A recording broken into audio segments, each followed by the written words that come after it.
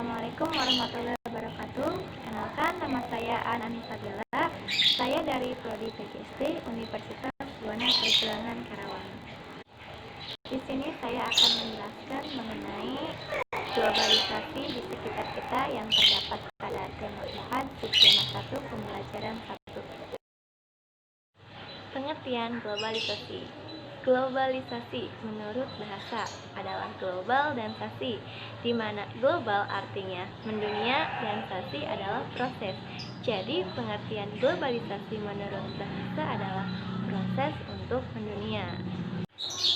Jadi pengertian globalisasi secara singkat adalah proses dari suatu individu atau kelompok untuk menghasilkan sebuah pengaruh terhadap dunia. Dengan adanya globalisasi, banyak barang dari luar negeri yang masuk ke dalam negara Indonesia. Begitupun di negara Indonesia banyak barang yang diekspor ke luar negeri. Contoh dari barang luar negeri yang ada di Indonesia yang sering kita gunakan adalah seperti sepeda motor, mobil, dan fashion ya. Dan untuk barang Indonesia yang diekspor ke luar negeri itu berupa minyak sawit, kemudian bahan tekstil, batu bara, dan lain sebagainya. Pada era globalisasi, Indonesia telah bekerja sama dengan negara-negara ASEAN. Kerjasama tersebut meliputi budaya, sosial, kemudian politik, dan masih banyak yang lainnya. Nah, sebelum kita membahas lebih jauh mengenai peran Indonesia dalam ASEAN, kita mengulang kembali apa itu ASEAN. ASEAN atau Association of Southeast Asian Nations didirikan pada tanggal 8 Agustus tahun 1967 di kota Bangkok, negara Thailand, yang negara-negara pendirinya yaitu ada negara Indonesia, negara Malaysia, Filipina, Singapura, dan Thailand. ASEAN atau Association of Southeast Asian Nations adalah organisasi kawasan yang mewadahi 10 negara di Asia Tenggara untuk bekerja sama. Dan tujuan dibentuknya negara ASEAN adalah untuk mempercepat pertumbuhan ekonomi, kemajuan sosial, serta pengembangan sosial budaya di kawasan ini. Dan melalui usaha bersama dalam semangat kesatuan, kebersamaan, dan persahabatan untuk memperkokoh landasan sebuah masyarakat bangsa-bangsa Asia Tenggara yang sejahtera dan damai. Dalam ASEAN, Indonesia memiliki beberapa peran penting. Yang pertama, sebagai pelopor berdirinya ASEAN. Yang kedua, ikut aktif dalam menjalin hubungan ASEAN yang dimana dilakukan dengan negara-negara maju seperti negara Jepang, negara Singapura, seperti itu. Yang ketiga, sebagai negara yang membentuk komunitas keamanan. Nah, yang keempat, sebagai negara yang memberikan fasilitas terhadap pengungsi. Yang kelima, sebagai negara gerakan pembebasan Moro di Filipina. Dan yang keenam, sebagai tempat berdirinya atau tempat pelaksananya KTT ASEAN yang pertama. Dan yang terakhir, sebagai perantara perundingan damai. Kemudian ada contoh kerjasama ASEAN di bidang sosial budaya.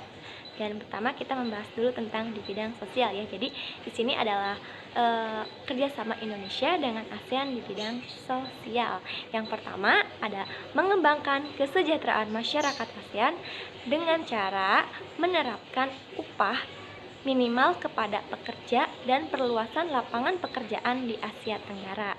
Yang kedua yaitu memberikan bantuan bagi pihak yang membutuhkan khususnya dalam pembangunan. Yang ketiga, mengurangi masalah kepadatan penduduk dengan mengatur populasi penduduk Asia Tenggara. Dan yang keempat, mengembangkan sumber daya manusia ASEAN dengan melakukan kerjasama pengembangan SDM antar negara di ASEAN. Dan yang kelima adalah meningkatkan kesejahteraan negara-negara di Asia Tenggara oleh Komite Pengembangan Sosial atau Committee on Social Development (COSD). Kemudian ada contoh kerjasama Indonesia dalam ASEAN di bidang budaya. Yang pertama, mengadakan pekan dan festival film. Yang kedua, mengadakan festival lagu.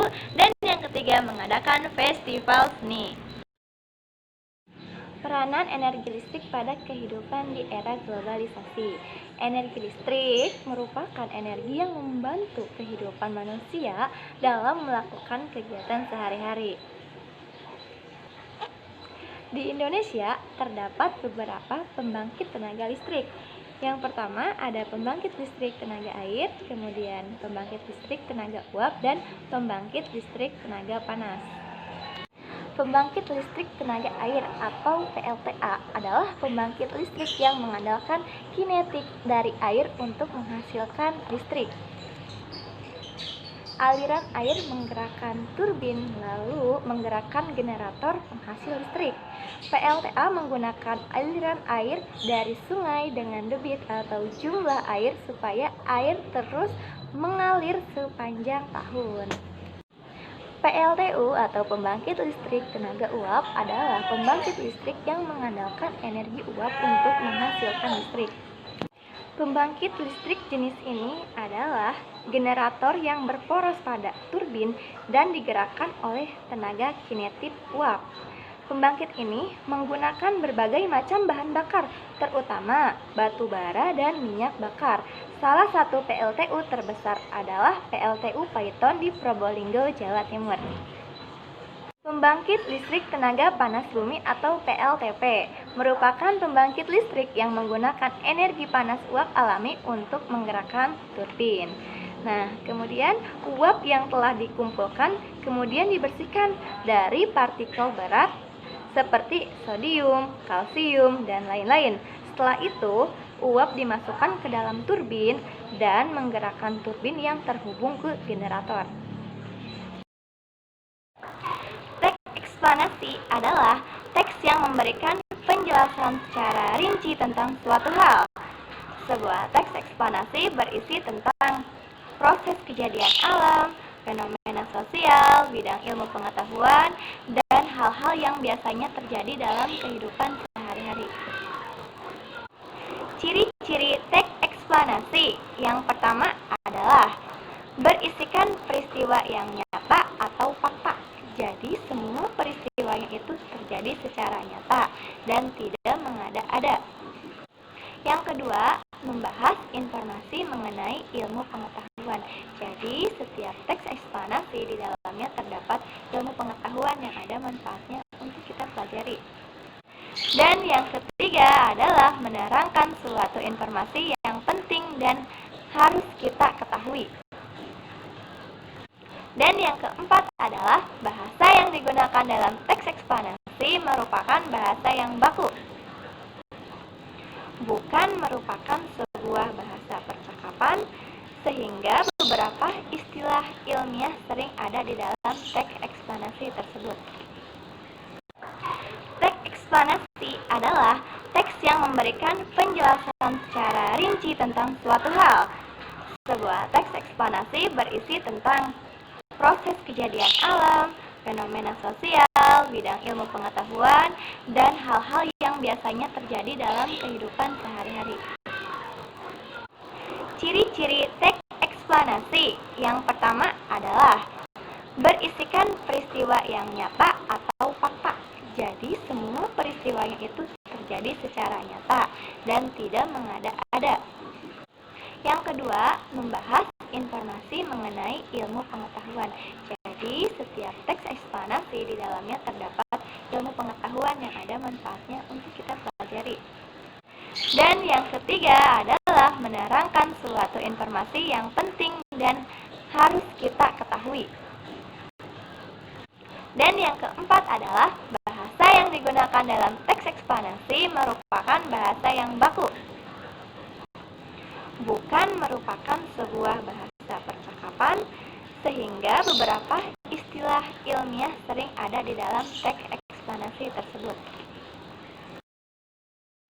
Sekian penjelasan dari saya, kurang dan lebihnya mohon maaf. Wabillahi taufiq wal hidayah. Wassalamualaikum warahmatullahi wabarakatuh.